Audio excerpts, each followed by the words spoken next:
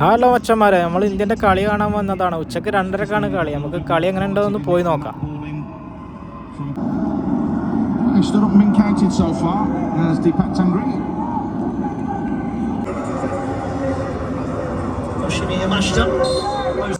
കളി half time ആയപ്പോൾ കാണികളൊക്കെ ഒന്ന് റിലാക്സ് ആക്കാൻ വേണ്ടിയിട്ടുള്ള ചെറിയ പൊടിക്കൈകളാട്ടോ.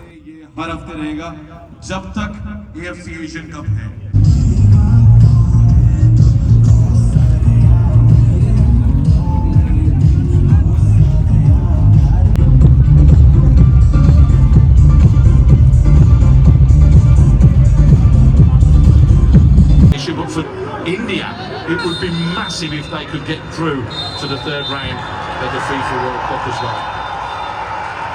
Australia, the champions from 2015, begin their campaign in Qatar with victory by 2-0 over an Indian team that made it really very difficult for Graham Arnold's players. That gentleman.